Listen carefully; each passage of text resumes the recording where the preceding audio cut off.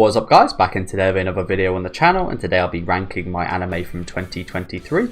It's been such a good year for anime, especially this last season's just been such high quality. I'm kind of doing this, one of the main reasons is to decide what actually is my favourite show for this year. I'll go through after I've kind of ranked them and then kind of order them, which is probably going to be a struggle. I don't think this video is going to be too long, but sometimes I say that at the start of these and it ends up being hours long. Obviously you guys will know beforehand, but not going to go over everything in too much depth this time. But yeah, it's been an absolutely brilliant year. A few kind of disclaimers is that all these shows would have come out in 2023. Nothing that, like Nana for example, that came out 20 years ago that I've only just started watching this year. And there is a few exceptions to that, but we'll kind of go over them when the time does come, like Golden Kamuy that got delayed for example, and Nier Automata for example as well. But yeah, it's been such a strong year. There's been a few really good views I've been on YouTube. This one is definitely one of the top two in my opinion, but we'll get straight into it now. Let me know what you guys would recommend down in the comment section of anime that I did miss from my tier list here. I know there's quite a few popular ones that I haven't watched this year. Leave a like on the video if you guys do enjoy, and subscribe to the channel if you want to keep up to date with any of my reactions. I'll be starting off a new season very soon. But let's get right into this. I think we'll be going in alphabetical order, which looks okay to me. There's not, well, there is quite a clump of good shows at one point, but yeah, we'll start off with Reign of the Seven Spellblades, which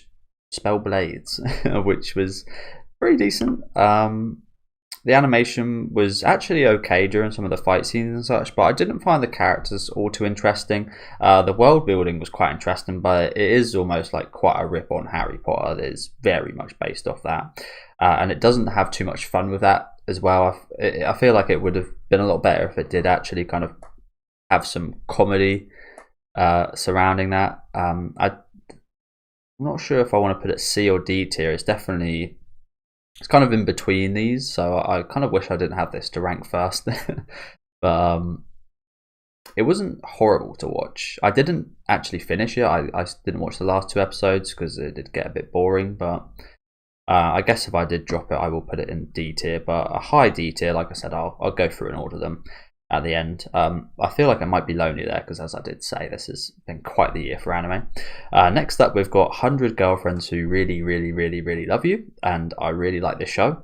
I did not expect to like it going, and I don't watch too many of the shows just because my preconceived notions of them is that I wouldn't like too much fan service and such, but yeah, the fan service is not too much of an issue in this show. There is a lot of it at points, but there's also episodes that are just kind of pure seriousness. There's a lot of references in the show and a lot of comedy that I really like, and yeah, it just does everything really well, the show. Every type of tone and character it goes for, it usually succeeds. So I think we'll put it in the B tier for now, but definitely could go A tier once we place a few more things. But very good show. Next we've got a big hitter, which is Attack on Titan, the final season, both parts 1 and 2, going straight in the S tier. Don't really need to say too much about this, although maybe I do, because there's quite a lot of controversy with the ending of Attack on Titan. I personally quite liked it. I didn't pay, honestly, when I watched the final episode, I didn't pay too much attention to the actual end of the series, which was like the kind of going through years in the future and such. I feel like if you only took away that small, don't get me wrong, it's a big kind of part of Attack on Titan, but if you only took away that kind of minute or two from the final episode, then what was even the point of watching the before of what happened if you're focused on what happens hundreds of years after the ending? But personally, again, I really liked it. I like the conclusion a lot. One of my favourite anime is Code Geass, and it was relatively similar. Definitely not exactly the same, and that's an ending I absolutely love as well. So I guess it was always kind of set up for me to love. But yeah, S tier, animation, music, just everything is beautiful in that show. And it's going to be a struggle picking between that and a few others for anime of the year for me. As we've next got Kusuria no Hirigoto, the Apothecary Diaries, which is still airing. We're about halfway through, and we've still got about 12 episodes left, I believe. And for me, it's already going in A tier. This is one of my favourite shows that's aired this year. It might hit S tier once I see the other half of this season, but so far I love the setting of the show. I love the kind of concept and what it's just very unique following Annapurna Carey. I didn't even know what Annapurna Carey was before I did start watching this show. I've learned a lot from the show in general, to be honest with you. But it's almost a bit like a better Doctor Stone, in my opinion. I like Doctor Stone, but this is similar, but it's a bit more grounded, really realistic, and I think it is set in kind of ancient China, I believe. But yeah, the main character Mao Mao is fantastic. The cast of the show is really good. There wasn't a kind of massive cast, but you get to kind of delve into characters on an episodic like kind of basis and solve mysteries and such. And I'm very much a mystery guy. I love my horror movies, and I especially love kind of horror mystery movies. One of my favorites is what's it called? I struggle to remember now. Under Pressure. I struggle to remember. It's got Sam Neill in. I'll Google it real quickly. Sam Neill horror movie. It's quite a niche one. Is why I In the Mouth of Madness. That's the one. I wouldn't say that's too much of a mystery, but it's definitely got big kind of mystery elements in there. But I love my mystery horror, Higurashi. I'm currently reading Umineko. Anything to do with mystery, I usually love. What's it called? Glass. What's that? Glass Onion. What's the actual name? Knives Out. That's the one. Love the Knives Out series. Clue, great movie as well. So I guess I was kind of set up to really like this. And again, still got half of it left, so very much could reach the S tier. Hopefully in the next year's tier list. As we move on to Bleach. Probably spent quite a bit of time on that, but I spent quite a bit of time on it because if you guys haven't watched it, definitely check it out. Everything, the production, music, animation, voice acting, plot, characters, everything. Everything in it is amazing. And we next move on to Bleach, which I think is going to go in the same tier. Yeah, that's the thing, man. The season was really good. It did start a little bit slowly, but some of my absolute favourite Bleach fights were in this season. James, I think his name is, the Sternritter. That was one of my favourite episodes. We had Kenpachi focused episode, which is brilliant. Again, we had a lot of new Bankais towards the end of the season, but I feel like we've still got the best yet. We did end up, what's the name? I forget the name of the lady, but they all kind of merged their powers into her at the end of the season. Apologies, I'm being rather vague, but I really love that as well. Just in general was a pretty amazing season, but as I said, I feel like we've still got perhaps the best of this arc yet to come. I did prefer this season than the first season, I believe, but there's always that kind of, the thing is, what holds it back from BNS is that kind of setting up. Obviously every story's got to set itself up and such, but there definitely maybe was quite a bit of that in this season. If I'm remembering correctly, there's quite a lot of stuff leading up to the kind of finale of this. So once that comes around, once we get all that payoff, that'll probably be the best of the kind of new seasons of Bleach, which I believe we've got maybe 2 or 3 left, which is great news. But yeah, just so many great character moments in this season, and the animation, you guys know, is top class. Music as well. Probably goes without saying for Bleach, of course. But yeah, high A tier. We'll sort out the kind of rankings within the tiers at the end. As we move on to Dark Gathering, which the objective side of me can't put any higher than a B, but my heart really likes this show, so I will put it in B tier. It doesn't really have any business up here in the A tiers, but again, you guys know I love my horror. Love this series a lot. It's got a lot of very, very messed up things in, especially the last few weeks of the show. Towards the end, been some of the best episodes. Now we've got these kind of spirit monster battles. It did. It started off really fast, and then it did hit a bit of a lull for a few weeks. I won't lie. Maybe like 4 or 5 weeks. It did kind of tone it down a little bit. But again, after the halfway point where it introduced these kind of graduate battles, that really took the series to a new level, in my opinion. And the horror was better than ever. The tension was brilliant. The only thing that really holds it back is the animation. It has this very kind of fuzzy kind of cover over it during a lot of the horror scenes that make it really hard for me to make thumbnails, which I'm not going to hold against it too much. But yeah, it just doesn't make it look quite as good as it maybe should. So yeah, limited animation. It would be probably a tier above if it did have top tier animation, but everything else, story, tension, again, characters, really good in the show. So if you guys are big fans of horror, definitely check out one of the best horror anime that came out this year. Although I didn't check out every horror anime that came out this year. As we move on to another big player, which is Demon Slayer, which I don't know if this will be an unpopular opinion or not. So get ready. I didn't like this as much as season 2, and I don't think I liked it as much as season 1. To be honest with you guys, yeah, just it done a lot. The thing is, season 2, I think it was 16 episodes, so it was actually longer. Was it longer? I guess we can have a look. So I might be talking absolute rubbish here, but I feel like season 2 was actually longer, and we spent that on one Hashira. So the fact that season 3 was actually shorter, and we spent it on 2 Hashiras, 2 demons, one of the demons of which having kind of multiple demons within him. It felt a bit rushed in that aspect to me. Nothing against Demon Slayer. Again, the animation and the fight scenes were amazing as usual. It wasn't as emotional as season 2 as well. I feel like the Gyotaro backstory was actually one of the best, if not perhaps the best for a demon so far. So we didn't get anything like that. I don't think we got any demon backstory at all, actually, did we? We did get both backstories for Mitsuri and the Mist Hashira. So yeah, this one was 11 episodes, and season 2 was 11 episodes as well. Okay, so they were the same amount of episodes, which still makes my point valid, because as I said, you got the same amount of episodes for one Hashira, one demon, for 2 Hashira, 2 demons. So story-wise, I don't think it was quite as good, or maybe it was better in a way, in terms of actually kind of giving stories to characters, but because they tried to do it with too many, it wasn't as kind of solid, I don't think, as a season 2 in my opinion. So I'm going to put it in the B tier, which might be an unpopular opinion.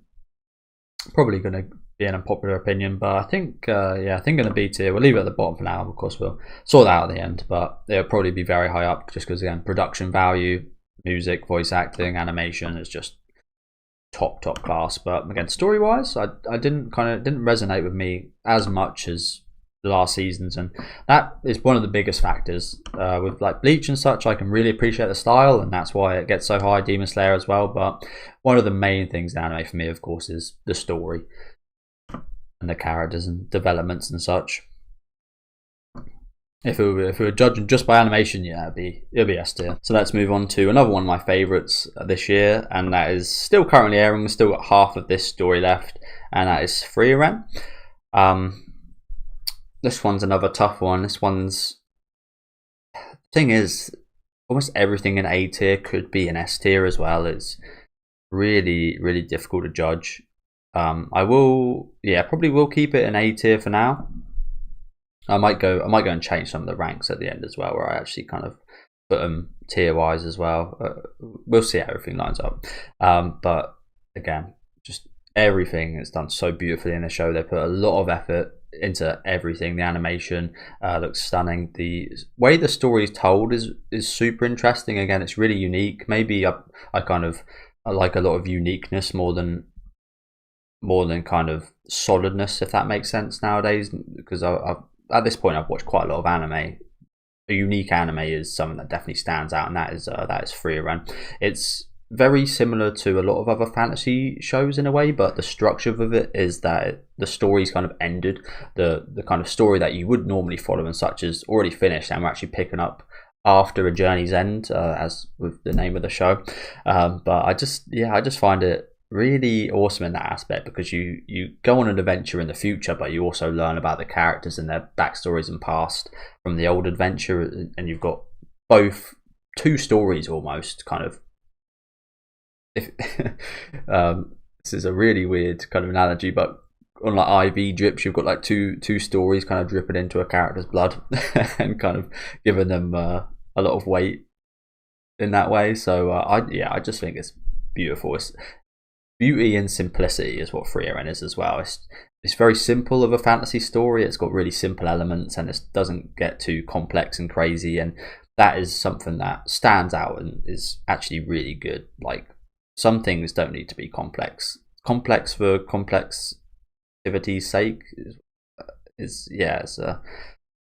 it could get quite annoying, which I imagine might come up towards the end of this tier list here. But then we move on to Golden Kamuy Season 4, which is again a little bit like Demon Slayer. I think I preferred both Season 2 and Season 3 to Season 4, but that could be the break talking, because as I mentioned in the intro, there was how long was it? I think like 6-month break. Unfortunately, one of the workers on the show passed away, I believe, so that was terrible news. But that could be the break talking, but I think story wise it didn't push things further than Season 3 did. So plot wise it wasn't as good as Season 3 nor Season 2, but character wise it introduced quite a few really cool characters, especially at the end of the season. They've got some really cool characters introduced there. But yeah, I think both Season 2 and Season 3 were quite a bit better than Season 4, honestly. So I think this one is going to go in B tier, which is a bit of a shame to say about Golden Kamuy, because it's one of my favourite series in general. But comparing it to Apothecary Diaries, Bleach and Frieren, Season 4 wasn't quite as good as them, in my humble opinion. But again, not going to take anything away from the show. I absolutely love it. It's another one of those, just like Dark Gathering. It's in my heart. My head, my logic and head says it's in B tier because, again, it didn't match up to Season 2 or 3, but on an enjoyment level it would definitely be A or S tier.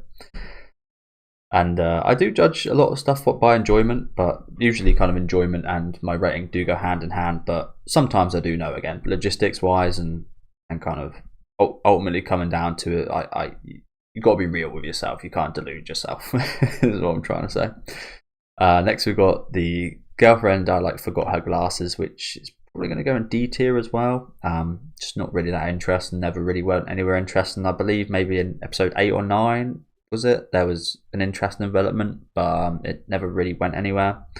Yeah, just another one of those kind of cutesy shows that kind of just kind of amplifies the cute moments and keeps your viewers based on that. Again, not really much story wise, not too much character wise. So yeah, I think that's a hard D tier for me. Again, I like the cute moments. I'm there for the cute moments.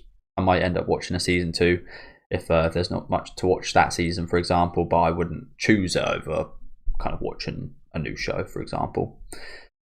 Next we've got Helck, which is another interesting case. I think I'm going to put it in C tier because I think the setting of Helck is really interesting. The kind of story of Helck and the characters are actually on the surface quite interesting, but the issue I have with it is the side cast, like Vermilio and Helck, as Dora as well, perhaps, are interesting characters, but outside of them, I can't really say I found too much interest in too many other characters. There's, I'm not sure what it is. It's just hasn't got me engrossed in the kind of character stories of a lot of the side casts, like Kless, for example. I think it's the way they go about introducing them, perhaps it's because we started out the way we did, which was a lot of fun. Perhaps that took away from the actual kind of bigger story that it's kind of going into at the end of Season 1 anyway. But other than the story, which again is good but does have flaws, I feel like just the production has quite a few flaws, honestly. The music's good, I like the music, but animation wise it'd probably be maybe a tier higher if the animation during the fights and such was better, but it is just not very good in comparison to every one of these shows on here, which quite a few of these aren't action shows. Almost every, I'd probably confidently say every show on here has better animation except for maybe 2. Perhaps there's maybe 2 on here that don't have better animation, and Helck is a predominantly action focused show for most of Season 1 anyway, so that is a massive shame. But again, I like the heart of the show. The comedy's really good. Unfortunately, that's also dropped off as the season's gone along as well. That was one of my favourite things about the start of the series, so that's another negative for me. But yeah, it's one of those that, again, in my heart, I do like it and I do want it to succeed. So definitely looking out for a season 2, and hopefully the production can be a little bit better there. As we move on to, funnily enough, arguably one of the shows that has worse animation than Helg, which is My Hero, which is going in D tier. Again, started off with an interesting concept of a man that has had to kill his daughter's boyfriend and has to cover it up, and is now kind of getting investigated by their Yakuza and such. Really interesting concept. It tries to be really kind of down to earth and logistical, but at the end of the day, it probably would be better off just kind of having fun with the concept, because there's a lot of stuff that don't make sense. There's a lot of plot points and characters, especially the wife, I think, that had their actions and such really don't make much sense. And there's been people that say they do make sense, but those people perhaps struggle to see it from an anime viewer's perspective. As from my perspective, a lot of these characters, we haven't really seen their backstories. We don't really know too much. We don't get to learn too much about them other than in conversation, which is one of the worst ways of getting to know about characters, in my opinion. Don't get me wrong, it's a big thing, conversation. Like the Monogatari series is like a big kind of argument against what I'm about to say here, but telling people about what you can do rather than showing them, especially in kind of anime and movies, is just a worse way of kind of letting us know about a character than showing us what they can do. So I feel like maybe a bit of backstory to some of the characters would have helped. Like, again, the wife, for example, she was just way too okay with getting involved in a murder kind of cover up for her husband and daughter than she should have been. Like, no, hardly any panic whatsoever. It's just, yeah, there's a lot of questionable characters in the show, and a lot of questionable plot devices. As the show goes on, it just ultimately, again, kind of makes it a bit of a mess, in my opinion anyway. I'm not sure if that was a translating from a book to an anime type deal, but as I said, the production value of the show really wasn't good as well. Had some decent music in there, but the animation, even the voice actors didn't kind of seem as high quality as almost every other show in this. So yeah, not one of my favorites this year, but again, an interesting concept. I'd be interested to see a show that kind of maybe tries something a bit simpler. As I said earlier with Frieren, maybe it just kind of got a bit too complex for complexity's sake. Maybe if it stuck a bit more to the kind of initial premise, yeah, it might be a bit higher, but yeah, D tier. As next, we've got Insomniacs After School, which is a tough one because I'd say it's probably between B and C tier. I think I'm going to put it in C tier because the thing is, a lot of really good shows in B tier I've got here, like big franchises, some of my favourite shows. I think I had chocolate on my lips this whole video. I hope not. I did just eat a chocolate donut, so yeah, hopefully not. Yes, a lot of big shows in B tier, so I think I've got to put it in C tier. It was a good show. Again, has loads of really cute moments. Actually had some development with the relationship of the main characters in the show, which I always like to see because, again, just like the Glasses show, some shows just kind of stagnate and just don't develop whatsoever. So I actually really enjoyed that. Learned quite a bit about the main characters. The side cast were almost non-existent. There was a couple of kind of friends and a teacher, from what I remember, but we didn't ever explore them in a major fashion. They were exactly what they said in the tin, just kind of supporting cast members, so that's a bit of a negative. But the setting was good, the production, the kind of audio, voice acting, and again animation was really well done, so that'll probably end up high C tier, maybe at the bottom of B tier, depending on what else goes in there. But again, for me personally, it doesn't really stack up to these 4 shows that are already there. But maybe that's being a bit unfair on it, because again, it really was solid for what it was, to be honest with you. So we'll maybe come back to that one. As we'll then go on to Jigoku Raku, which I think we'll be putting in C tier. Again, just like My Home Hero, it's almost got a little bit of the same issues. Maybe not so much in the plot aspect. The plot and the kind of theme of the show is really interesting. I still don't fully understand it. Don't get me wrong. There's plenty I still don't understand about what's going on and the kind of religion and stuff in there. I think we're getting a season 2 soon, which is good news. But again, the production wasn't all that great, especially from Studio Mappa. The animation during the fight scenes especially wasn't all that impressive. The character designs are actually quite cool. I actually quite like those, but there was... I remember every week on Twitter you'd see people kind of pointing out flaws, which I don't usually care about too much, pointing out kind of flaws in kind of nanoseconds of animation, but that was a very frequent thing that happened, and it wasn't overly impressive.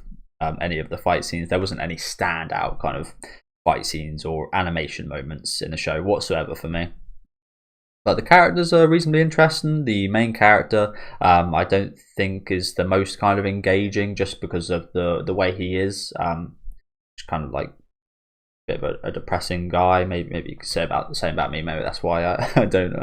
Well, I feel like I would actually get along with him if that was the case, but who knows? Yeah, it isn't the most kind of engaging kind of main character, but and him and Sagari as well is not the most engaging. I like both of them. Don't get me wrong. I like their relationship as well, especially now the little girl's been introduced. But yeah, they're just not the most. They don't draw as much from you, but then again, we're really early on in the show, so I guess I guess it has still got. My voice is going a bit.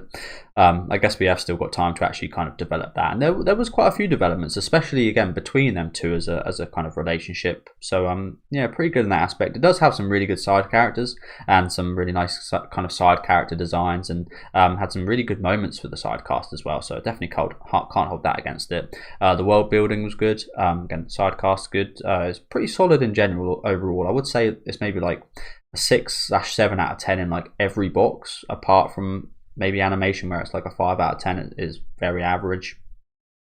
So I guess we'll see what season 2 can give us. I think I did hear during the airing time that it was in between two kind of big shows as well. So maybe it didn't get the kind of best end of the stick with its first season release. But again, hoping season 2 can maybe improve upon it, because then it would definitely move up to B tier, hopefully maybe A tier, because again the concept and the kind of plot of it is actually very interesting. Those opening episodes were some of the best in my opinion at kind of setting out where the show was going, and a lot of mystery. And again, you guys know I like my mystery. So then we'll move on to Jujutsu Kaisen, which I'll be covering both the hidden inventory arc. I was thinking about this while getting the pictures. I was thinking about splitting them up, but I don't think I will. We've just got the hidden inventory arc and the Shibuya incident arc, which I've still got an episode left of. Just finished watching episode 22 earlier today, which was another fantastic episode. But yeah, S tier, absolutely S tier. First 5 episodes were brilliant at looking at Gojo and Geto's kind of backstory, fleshing them out a lot more. They've done a good job with both of them. Maybe not as much Geto to Gojo in season 1. They've done a really good job of kind of hyping up his presence and such, but they fully kind of realised these characters, I believe anyway, in both the movie and the first part of season 2. I think they've done absolute wonders for them as characters. That is one thing I hold back against Jujutsu Kaisen in general, is sometimes characters like a Nobara, for example, or a Megumi, they aren't as kind of looked into as you'd hope. So maybe, well, obviously not with Nobara anymore. Maybe with Megumi in the future, who's pretty decently fleshed out. I do hope he gets even more fleshing out of him as a character, because sometimes it does just kind of seem like they flesh out a character a little bit just for them to die in a couple episodes time, which is a bit of a shame. You could maybe say that about Nobara, to be honest. She got a whole kind of flashback, an episode's worth of flashback and backstory, just to kind of die the episode after. So that's a bit of a positive in a way, but also a little bit of a negative for kind of setting things up for the future. It makes me worry a little bit again about the future, and in 3 seasons time, for example, will I be following a bunch of characters that I have no clue who they are now? Will everyone I really like now be kind of dead at that point? Is quite a big worry I've got about the series, honestly. But away from that, again, everything has just been fantastic. The animation, fight scenes, the shocking moment at the end of episode 5 of the hidden inventory was absolutely amazing. There's just been a lot of standout moments of Jujutsu Kaisen this season, and definitely my favourite bit of Jujutsu Kaisen that we've got so far. So easy S tier for me. As we then move on to Junji Ito Maniac, which was again another one of those which I was saying about with the production earlier with Hulk. It's some episodes are really well produced and animated and done well, but some episodes are really not. So I would put like the best episodes probably in B tier, which there's perhaps two or three of. There's two or three really good episodes, and then there's a majority of very average / bad episodes. So I think it will have to go D tier just for the inconsistency. But as I said, there's a couple episodes in there I really like. But overall, it just wasn't. I didn't really get a sense of terror or tension, or I didn't actually enjoy it as much as I was hoping I would with the name Junji Ito. It's my first bit of material I've consumed by the guy, but I know this is. I did when I was watching the episodes, I did compare it to his manga pages, and I do know that I probably shouldn't take this as a kind of opinion of Junji Ito just watching this anime, but you could tell there was definitely a lot kind of. There was a good inspiration there for, again, especially the better episodes, but yeah, overall, again, just like tone wise and such, it didn't really kind of make me feel creeped out or anything, and it wasn't good at what it is, being horror. So yeah, that's why it gets the D tier, and again, the production wasn't all that great. We'll then move on to Konosuba, an explosion on this wonderful world, and just in line with Demon Slayer and Golden Kamuy, yet another kind of big name series that didn't impress me as much as previous seasons. This one, probably going to put it in the C tier, to be honest with you, which is again a really big shock, even for me, because I did like it. There was definitely fun moments in there, but again, overall story and importance didn't really feel that important to the story. There wasn't any kind of major kind of plot points or kind of massive character. It kind of felt a little bit like Megami and I forget the name of the girl, but it almost felt like it was redoing its development over a lot of episodes. It just felt like just hitting a nail just over and over again a little bit in some ways. Again, might be an unpopular opinion, I'm not sure, but yeah, it didn't really grab me. Again, there was some really nice animation, and never hold anything against the production of Konosuba, but yeah, comedy wise wasn't as funny as previous seasons, maybe because the whole gang wasn't there. That's we didn't get enough people to kind of bounce off.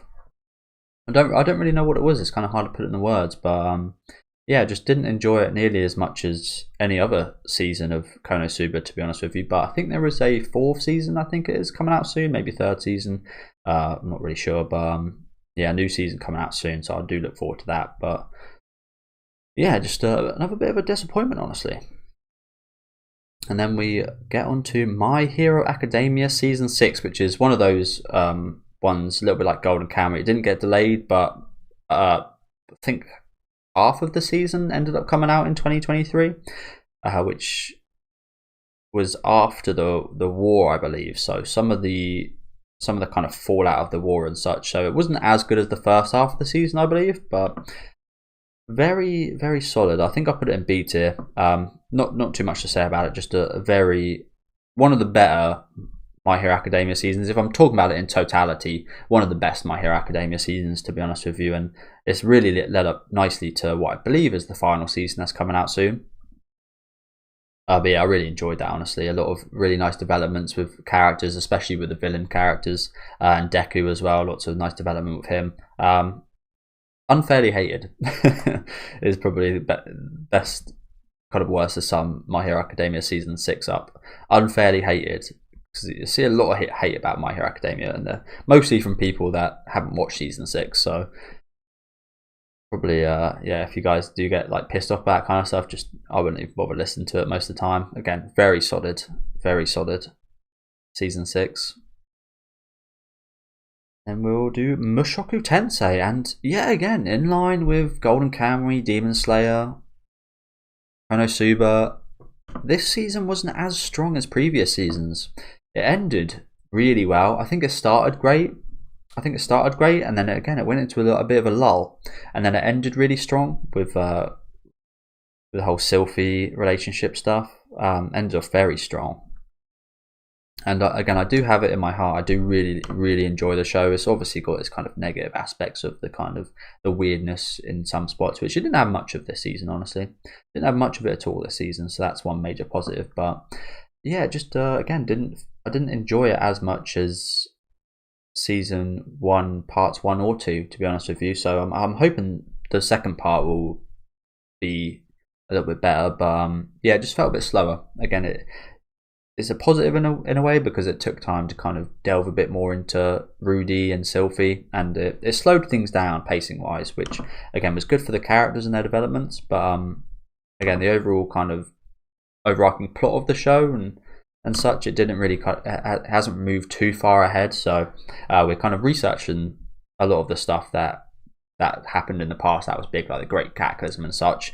So it is moving things ahead in that manner, but we're not actually seeing it too much, which is maybe why I feel like it's not quite as good. And I reckon part 2 of this season I might be getting ahead of myself here, but I feel like part 2 of this part of this season, should I say, is probably going to be my favourite if the setup is kind of leading to where I'm feeling it is going to.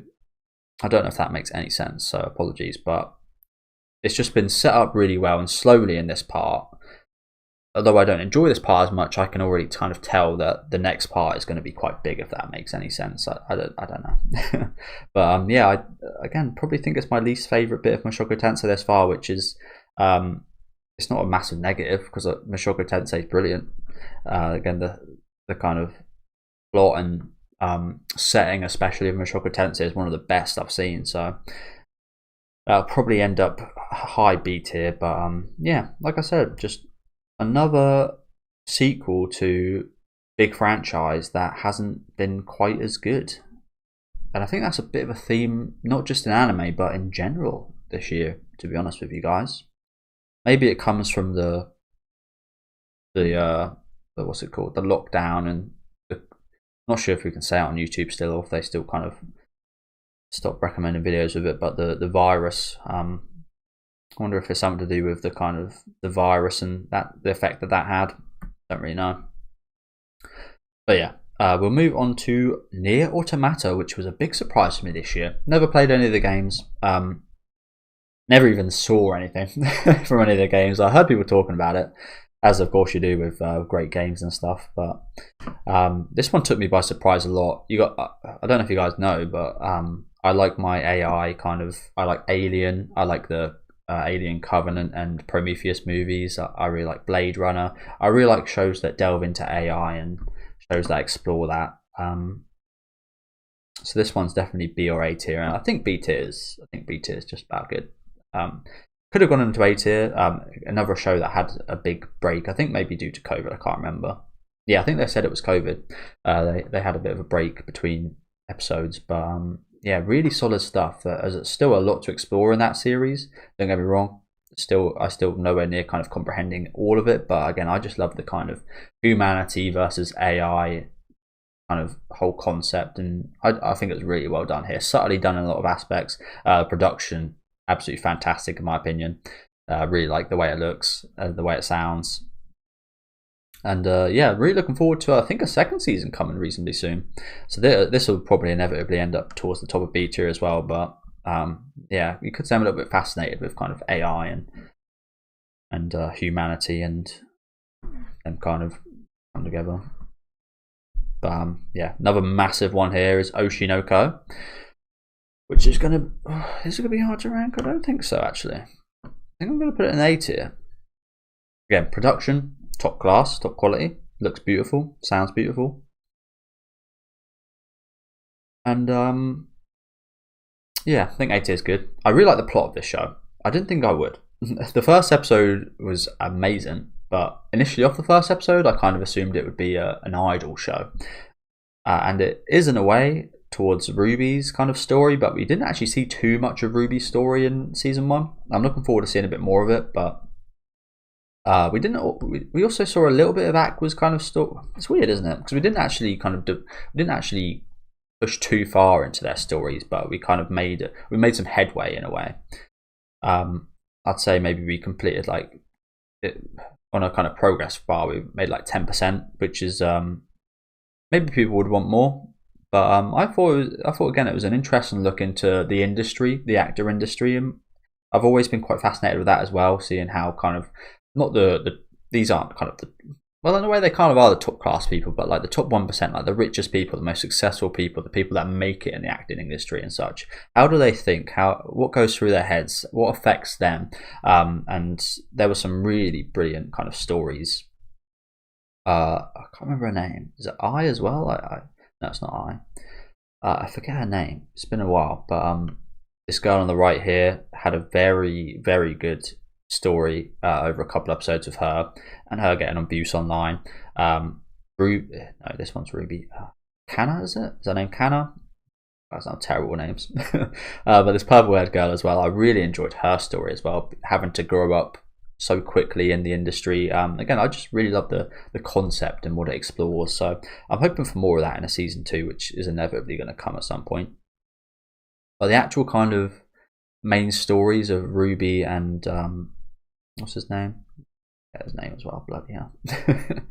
But the siblings, the main stories of them, they weren't actually the most fascinating thing for me in season 1. Is maybe what I'm trying to say. I feel like the acting, the kind of whole acting kind of plot point was actually the most interesting for me. But don't get me wrong, I'm still invested in both Ruby being an idol and her brother investigating the death of their mother. Every plot point it does is very interesting. Is maybe what I'm trying to say. I'm invested in every plot point, which is quite a thing to do when you've got quite a few plot points going on in your show. But yeah, very good show. A tier for sure. And then we'll get into Osama ranking. This was a kind of special season. Yeah, I think B tier, maybe high C tier. I think low B tier is probably where that would go. It added a little bit of good context for the kind of series. It maybe a bit wrong of me to rank it, to be honest. But I watched this without rewatching the original series, so I didn't really fully understand how it kind of integrated into it. But I enjoyed it. It was a good time, as Osama Rankin is, a nice, wholesome, kind of good time. Again, in my heart of hearts, I really like kind of simple shows and stuff like this. So, yeah, I think right in the middle is pretty good for Osama Ranking. Not too much else to say about it. Not like there was a kind of massive plot or anything. It was just quite a few kind of special episodes, some of which kind of one-off, just kind of fun episodes. So, I had a lot of fun with that.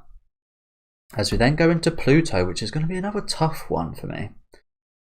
It's going to be another really tough one because I just finished this last week and it was very good.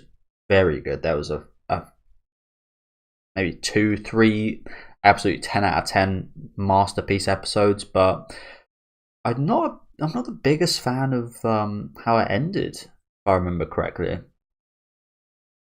How did it end? It's been a week and I've kind of forgot how it ended.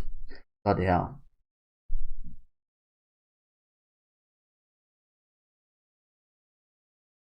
Yeah, I remember now. See, that just kind of proves my point in a way. It ended with that kind of American teddy bear that was the kind of behind the scenes president. It ended with that being a thing. Like, again, I can't even really recollect it.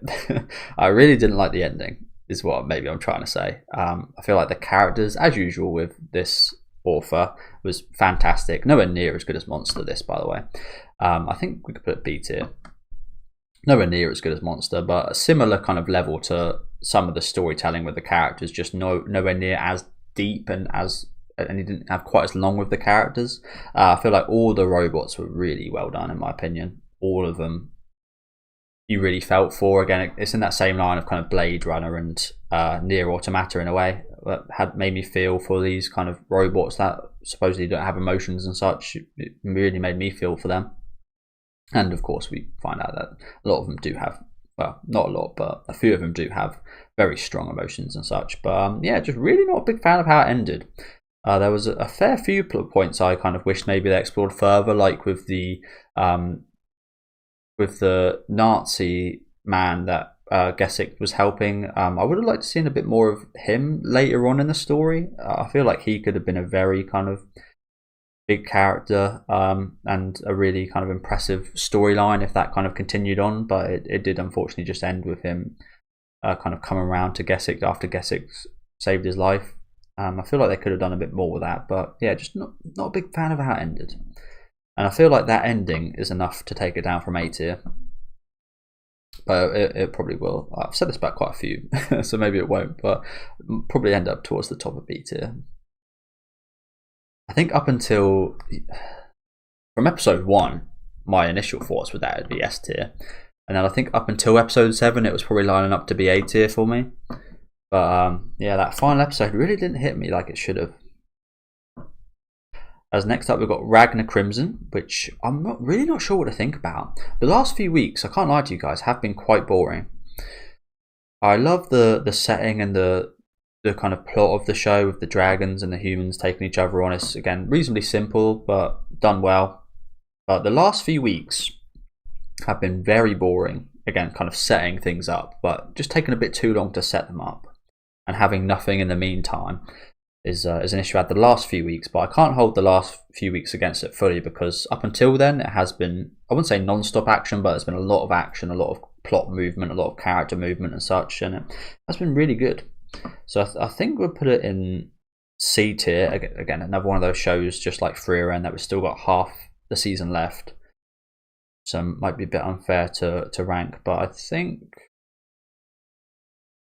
think C tier. Yeah, I think C tier is fine. It could have the possibility of hitting B tier and A tier if it gets extremely good, but yeah, I think solid B tier is good for Ragnar Crimson for now. Maybe I'm holding these last couple of weeks against it too much, I'm not sure. And we'll get right into Evanescence in Shadow Season 2. I was also thinking about putting Season 1 on here, because there was a few episodes in Season 1 that were released 2023, and I only watched it in 2023, but I ultimately kind of decided against it, because most of it did come out in 2022. But Season 2, yet again, another big kind of... would you say big series? In a way, I guess is very popular. But another kind of sequel that didn't live up to my expectations. I just finished watching the last episode, I think last night, and that was absolutely amazing and opens so many possibilities and such for a season 3 and a movie that they said that's coming out soon. So I think season 2 does a lot again for the future of Evanescence in Shadow, but again, I think I much preferred season 1 in pretty much every aspect. I did love the first arc of the series. The first 4 episodes were absolutely fantastic, and my type of thing with the kind of vampire horror themed kind of setting and such, and characters was very much my thing. Introduced a lot of really cool characters, but ultimately I kind of wanted more from those characters that I did introduce, to be honest with you. But that was definitely my favourite arc of this season. Maybe away from the final episode, which was again really awesome, but again, a little bit disappointing. I was expecting it to be better than season 1, but I think I ended up preferring season 1.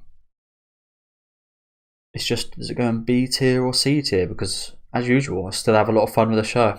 Still a lot of comedy gold in here. I think we'll put it at C tier, but yeah, probably just about on the cusp of B tier. Again, my brain is really telling me that Dark Gathering doesn't belong in here. But like I said, I enjoy that show a lot. So apologies for the cut, guys. My voice is going a little bit, and I've got this much water. I can't bother to go downstairs and fill it up until I've finished. But maybe we'll speed through these last ones quite quickly. We've got Shangri-La Frontier, which I've recently dropped. Not too much to do with the show, although in a way it is.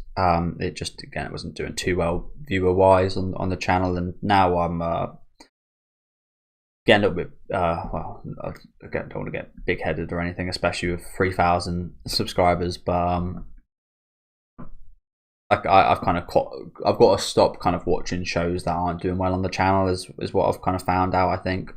Especially as I've stopped doing that for a few things relatively recently, like weekly shows I've cut off, and my channel's been doing better than ever, so I think that is the kind of way YouTube wants to go. You guys know I'm not too much in line with what YouTube wants me to do, but yeah, I feel like the show in general was dropping off a little bit for me. I think I will still put it in C tier because, again, just like Frieren in a way, it's simple kind of goodness. It knows what it is and it's good at that. It knows it's just, again, it's just simple, but it's done well. But also, it has got a bit boring the last few weeks. I can't lie to you. I think I dropped it about episode 9 or 10 perhaps when we got into this kind of insect kind of, how to describe it, but kind of like insect jungle type place. Yeah, just the last few weeks of when I was watching it did get quite boring. But initially, again, it gripped me. Everyone wants a really good, well, maybe not everyone, but I've always wanted a really good show like Sword Art Online, but not Sword Art Online. That was also someone I had a huge promise for, a little bit like Shangri-La Frontier, because a show that it has that kind of plot, I think if done superbly. I think Solo Leveling similar. I don't really know much about Solo Leveling, but that's coming out soon. I think a lot of people have been looking for a show like these that is just like on that kind of god tier, like Attack on Titan or Hunter x Hunter. And I feel like if you get this right, it could be that level of kind of greatness. But yeah, maybe it's a bit too simple. Like I said, the last few weeks kind of bored me with the show. The characters really aren't very interesting whatsoever. The main character has got maybe a few kind of personality traits, and that's it. You don't really explore characters all too often. You are fully immersed in the game, which is a positive in a way, but again, you don't really get what I really love, which is kind of character development and plot movement and such. You progress in the game, but yeah, you don't really feel it too much. You don't really feel like you've actually kind of succeeded in anything. It's kind of weird. Yeah, it's hard to explain, but something about the show just felt a bit off and boring for the last few weeks. Again, it seems like quite an unpopular opinion because a lot of people are still really liking the show, but yeah, I'll have to check out the kind of recent episode. Well, I think it's still got maybe like 10 or so episodes left, so maybe I'll check out after I see the reviews for the remaining episodes. But yeah, just for me, dropped off quite a bit in terms of enjoyment. As we then move on to Skip and Loafer, which was one of the big surprises this year for me. I really like this show. Put it in the B tier, not quite A tier, but definitely has potential to get in there because unlike Shangri-La Frontier, the characters are done very well in this show. The small side characters, you get a little bit of everyone's kind of backstory and understand who everyone is in the show. The main characters are very fun and enjoyable and very heartwarming and wholesome. I really enjoyed almost every second of the show. Can't say that was a bad episode, or can't really say anything bad about it, to be honest with you. The production's great, the plot and the characters are great. Maybe it might be a bit slow for some people, but I really enjoyed it. Just like what did I say earlier? I can't remember. What was I talking about? I can't remember, but I was talking about a show earlier. This is on that same kind of. This hits on every box. This hits like a 7/an 8 out of 10. Like, it's not exceptional at anything, but it's just really good at everything. So I'm hoping this gets a second season. I haven't heard anything about it yet, but I know a lot of other people really enjoyed it as well. Definitely one of the standout kind of underrated shows from this season, in my opinion.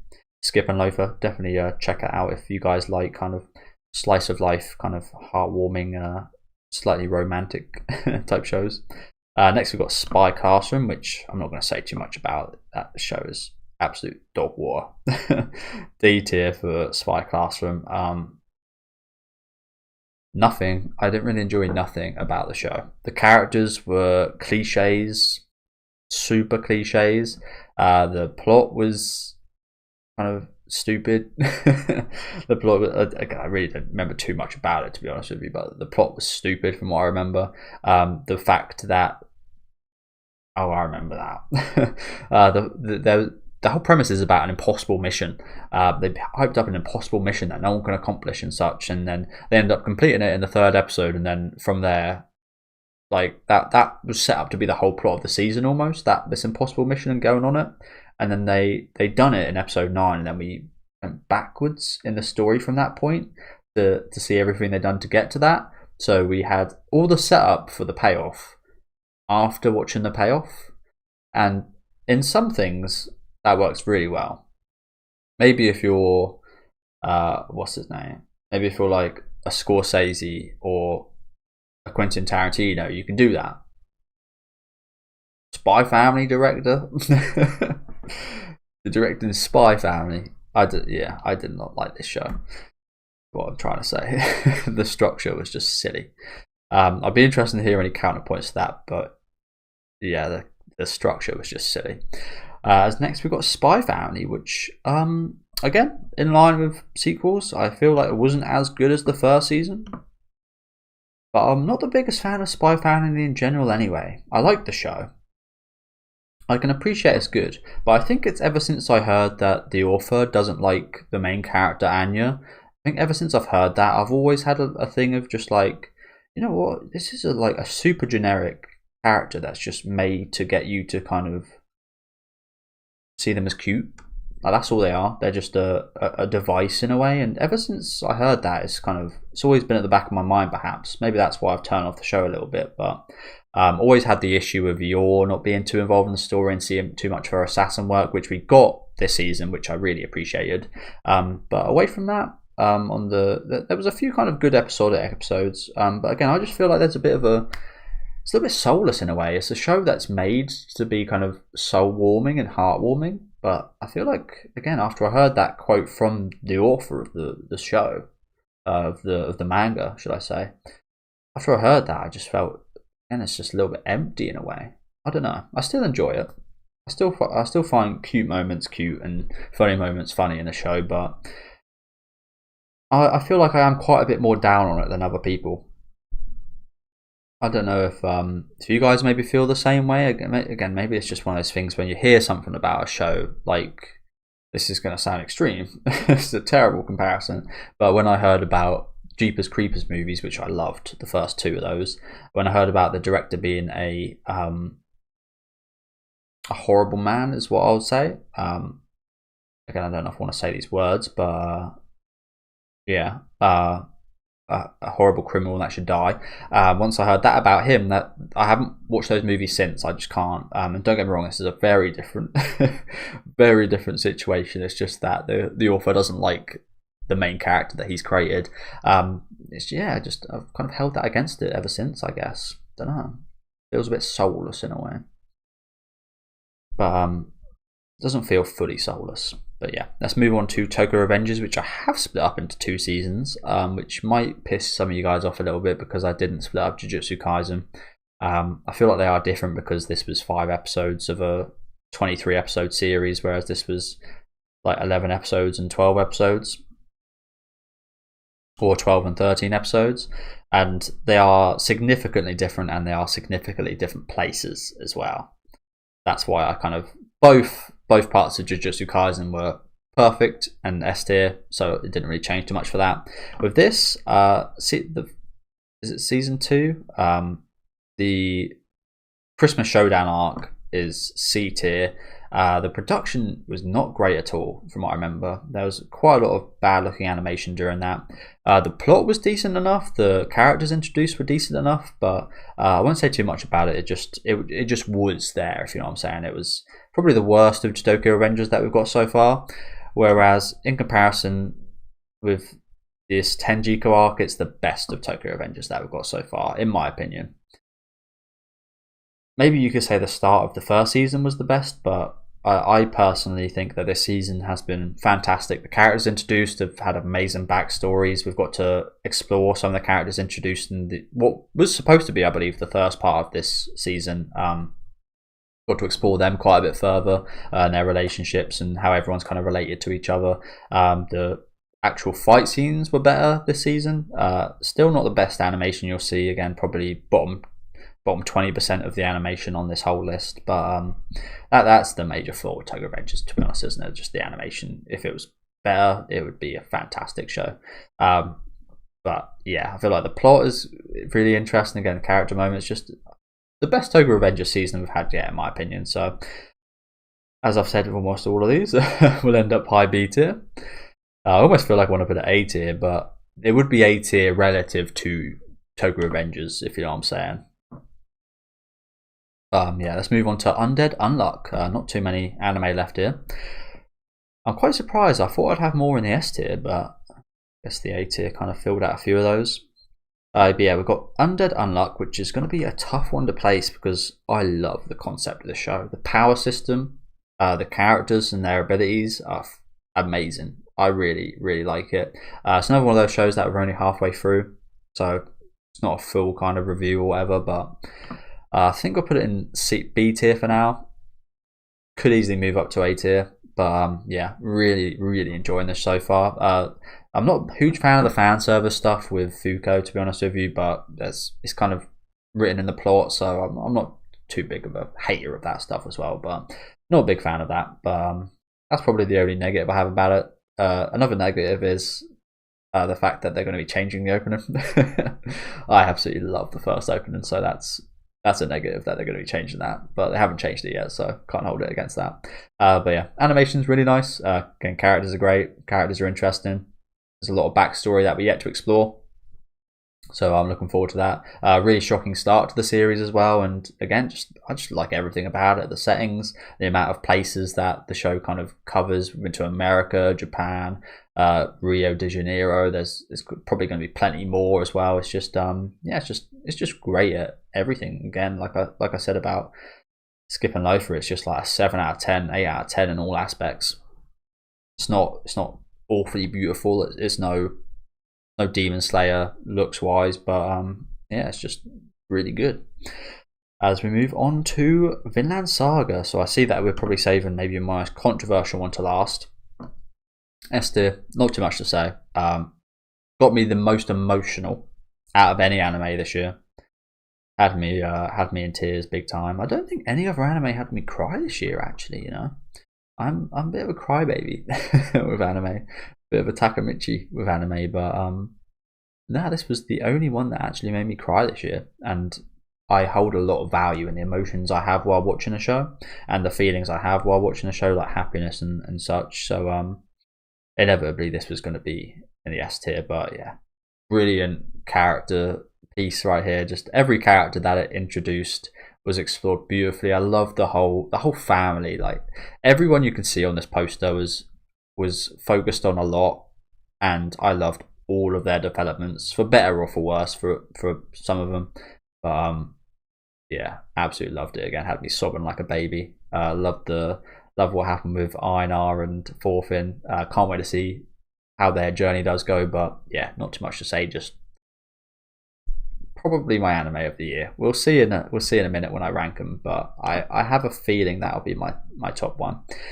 As we're finishing off, thank God for my throat. This video has actually been quite a bit longer than expected, as usual with these tier lists. But yeah, Zom 100 is going D tier. I don't really like it. I don't like it, which is probably a shock to a lot of people because I love horror. But this is just not. It has zombies. It's not horror at all. It's a slice of life in a way of what characters would do in a zombie apocalypse. But what they would do is stupid a lot of the time. I know it's a comedy, but the comedy I just didn't find it funny. I didn't really laugh at all. Maybe it's because I've seen a lot of zombie movies. I've seen a lot of horror comedies. I've seen a lot of horror comedy zombie movies, and I've seen a lot of good horror comedy zombie movies. And in comparison to those, maybe that's why I've had this so low. In comparison to those, this really doesn't hold a candle. It's got a lot of generic zombie stuff in there, and there's just like no tension with the zombies. Yeah, just as a horror fan, I don't like it. I just don't like it. Maybe if I didn't have that kind of those glasses on of being a big horror fan, I would maybe like it a bit more. I feel like maybe if you're more of a normie or more of a kind of generic kind of normal anime fan, perhaps you'd like it a bit more. But yeah, as a big fan of horror, I've watched a lot of horror movies. I just maybe it's because it places that tag on it and it's not really a horror that I don't like it. But yeah, just not a big fan, honestly. And then that's not even talking about the schedule, which I stopped watching before the schedule got all bad. But I'm pretty sure there's again like another 6 months between episodes, and there's not even any kind of major reason towards that. I think they've just been saying COVID. Oh no, I said the horrible words. Yeah, I think they've just been using the virus as a as a crutch, but who knows. But yeah, that is the end of the list. We'll go from bottom to top and just order them a little bit here. I think My Home Hero definitely. Well, actually, no. Spy Classroom at the bottom there, and we'll have Junji Ito right at the top because again, Junji Ito had 3 or so really good episodes. So 3 episodes that would probably be in B tier. So yeah, definitely top of D tier for that. To sort out C tier, I guess people don't really care too much about these. Oh, how do you do this one? They're all, you know, they're all in a pretty good spot actually. I'd probably put this a bit further down. Put this a bit higher. Put this quite a bit further down actually.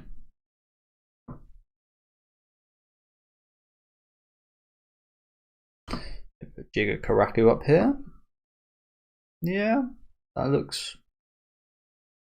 You know, I did enjoy this a bit more than these actually. Yeah, that looks good for C tier. Now onto B tier, which we've got the most shows, which it's the middle of the pack, so it's going to have the most shows, isn't it? What was the most disappointing here then? Well, again, just from an objective point of view, I've kind of got to put Dark Gathering at the bottom, as much as my heart hates to see it. I think Undead Unluck would probably be close to the top. Bring this down a bit. Oh, yeah, this is definitely the toughest one to place. Probably put Osama ranking down here. Skip and Loafer's got to be up there as well. Yeah, this one's a real. I did say earlier that half of these would go towards the top, so I guess that's really backfiring right now, isn't it? Oh, yeah, bloody hell. Bloody hell. Again, a point I want to make is that half of these shows should be in the A tier, which is why I'm disappointed with a lot of them. Half of these shows really should be in the A tier, just based off the franchises they're part of and what you'd come to expect from their series.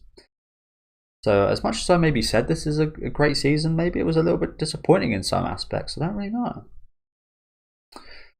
You guys know I'm quite dual like that. I'm quite paradoxical. I make a point and then I go against it the next minute. So yeah. Oh, this is such a hard one to rank. Bloody hell. Bloody hell. Like Pluto is just like again, it's just got some 10 out of 10 like S tier level episodes, but overall enjoyment wise, there's quite a few here I enjoyed more.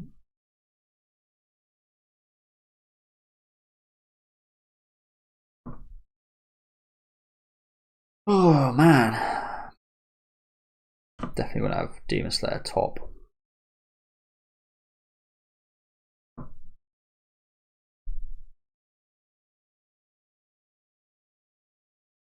Oh, bloody hell. Yeah, this big tier is really hard to. I guess this is the only one I've really got to actually kind of sort out left because there's not too many in the above tiers. So yeah, wow. Sorry, I'm maybe being a bit quiet here. I'm maybe complaining too much, but it's a lot to think about right here. Bloody hell. I don't think I'd have Undead Unluck at the top. What do I have at the top of these?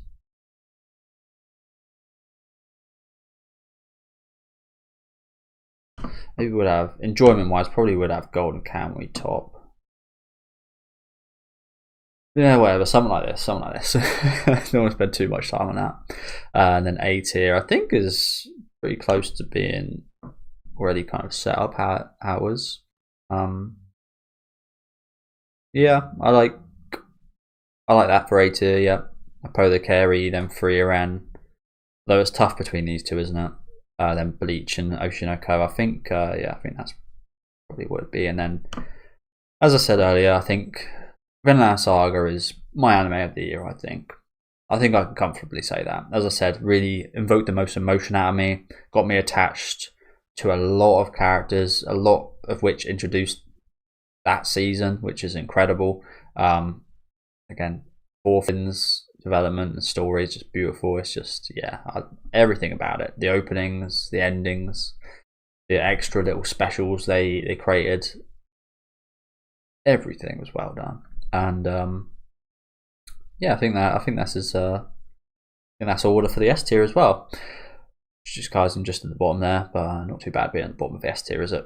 And then the final of Attack on Titan. But yeah, do let me know what you guys thought about my tier list down in the comment section. Again, let me know if you guys have the time to type out your guys' tier list in the comment section. That would be really awesome to have a look at what you guys have, and or maybe just number them. Perhaps maybe just like 1 to like 50, for example. If you guys have time to do that, that would be really interesting to see where you guys rank some of these shows. If there's anything you majorly disagree with here, and again, especially if you guys have any anime that I haven't covered on this list that I should watch, we'll definitely have a little look at those while I'm on the Christmas break. But yeah, thank you guys very much for watching. Hopefully you guys have an amazing Christmas. Again, let me know what you guys thought down in the comment section. Leave a like on the video if you guys do enjoy, and subscribe to the channel if you want to keep up to date with any of my reactions. I'll be starting off the winter season pretty soon, so my voice is going so badly. Hopefully I'll see you guys during the winter season for some anime. I know, again, there's a lot of really good stuff Solo Leveling coming out during the winter season. Again, Solo Leveling is a big one. Quite a few of these shows actually continuing, like Frieren, the Apothecary Diaries. Is there anything else continuing this season? Ragnar Crimson is continuing, and I think that's it. So yeah, just Ragnar Crimson, Frieren, Undead Unluck as well, actually, yeah. And the Apothecary Diaries will be continuing on, and then we've got Classroom of the Elite, Dungeon Meshi, which looks really good, and Solo Leveling. So 3 big shows I'm looking forward to that. Again, thank you guys very much for watching, and enjoy the rest of your day, guys.